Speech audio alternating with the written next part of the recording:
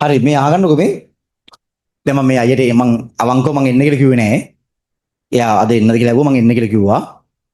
මම 27 පන්තියට එන්න කියලා කිව්වා. මොකද මේ ටැග් එකක් යාර ටැග් එකක් දෙන්න වෙන අපි.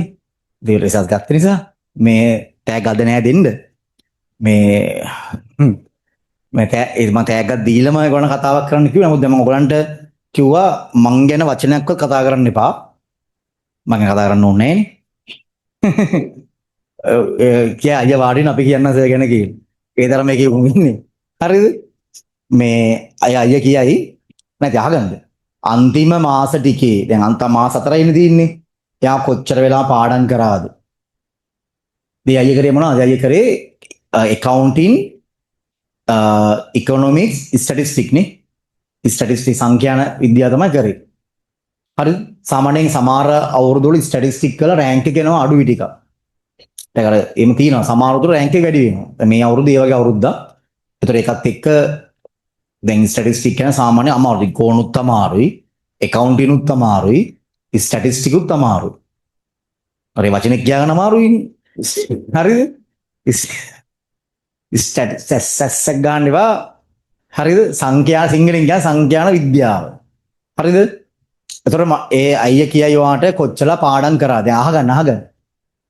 හරිද? කොච්චර පාඩම් කරාද? හරිද? එතකොට වැඩ කොහොමද කරේ අන්තිම ටිකේ? හරිද? පන්තියට ඇවිල්ලා මොනවද කරේ? හරිද? මම කිව්වේ අපි ගැන වචනයක්වත් කියන්න එපා. අපි ගැන 27 උන්ට ගැන 27 උන් අපි දන්නේ නැහැ තාම වැඩි. ඔයගලන්ට කියන්න ඕනේ නැහනේ. මේ කියන්නේ විනාඩි 5 හරි 10 හරි අරගෙන මොනවද කරේ? පන්තියේදී ගණන් දිහා හැදුවේ නැත්නම් ගෙදරදී කරන් ආවද? ඇවිල්ලා මොකද පන්තියේ කරේ බලන්න. හරිද? මට මතකයි සමාජලාට මම ගණන් ටික හදන කලින් උටි උට් එක හදලා ඉවරයි.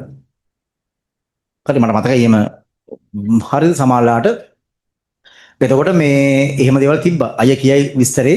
හරිද? හරි. ශිවින් එන්නකෝ. අපිට ගන්න. හරි.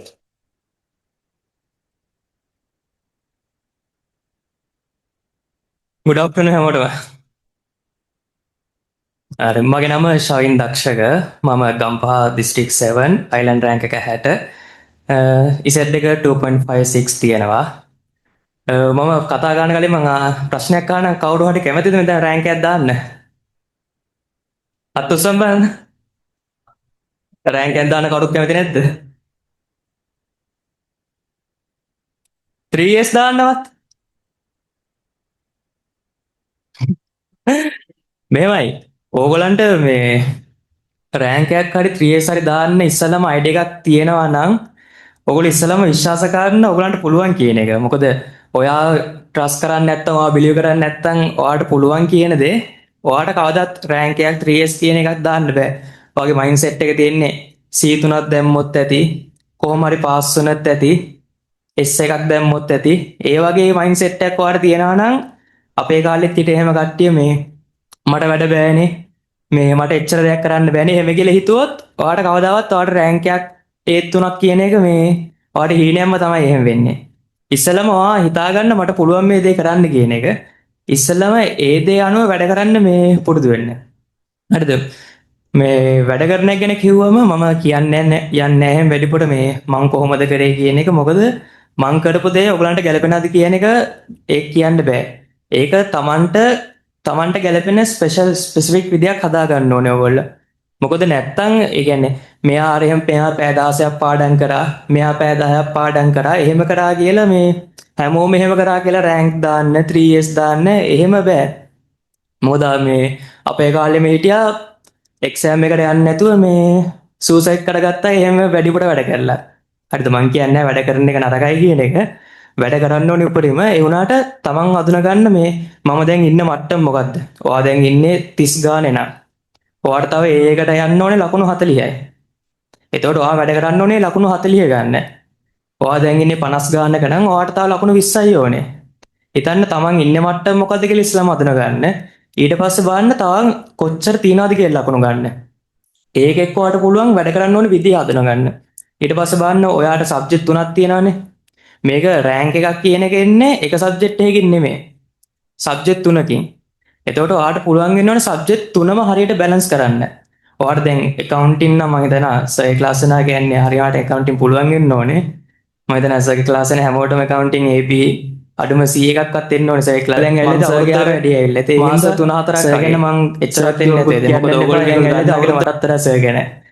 එහෙනම් ඕගොල්ලෝ සර් කරන වැඩ ටික ඒක සුපර් වැඩ ටික මේ වැඩ පිළිවෙලක් කියන්නේ. මොකද මම ඒකයි මේ සර් කාලේ සර්ගේ අන්තිම රිවිෂන් වලටත් ආවේ මේ මට තේරෙන වැඩක් කරනවා කියන එක. ඒ හින්දා අනිවාර්යෙන් මේ සර් ගන්න කියන වැඩ ටික කරන් යන්න.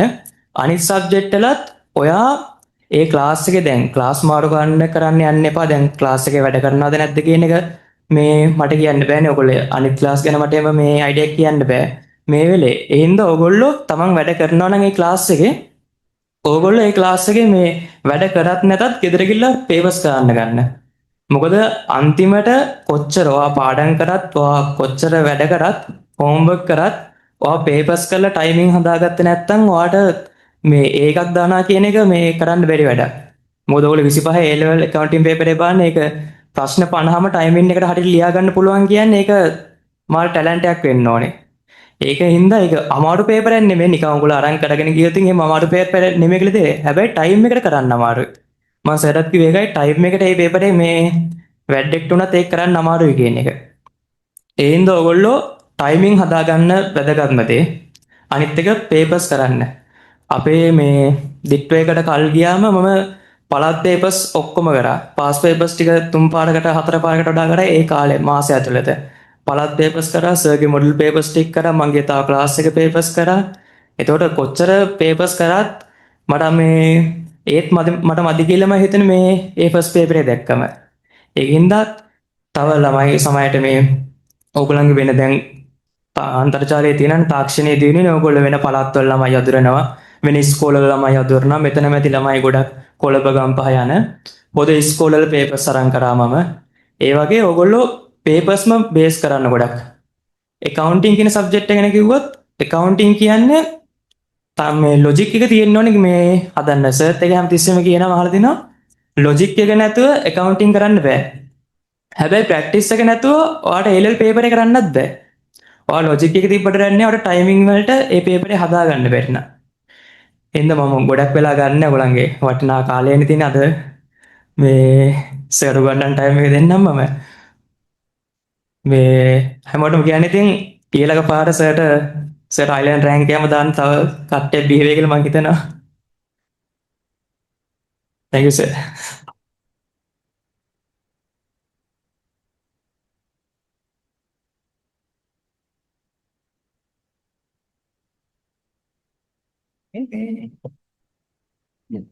ඔය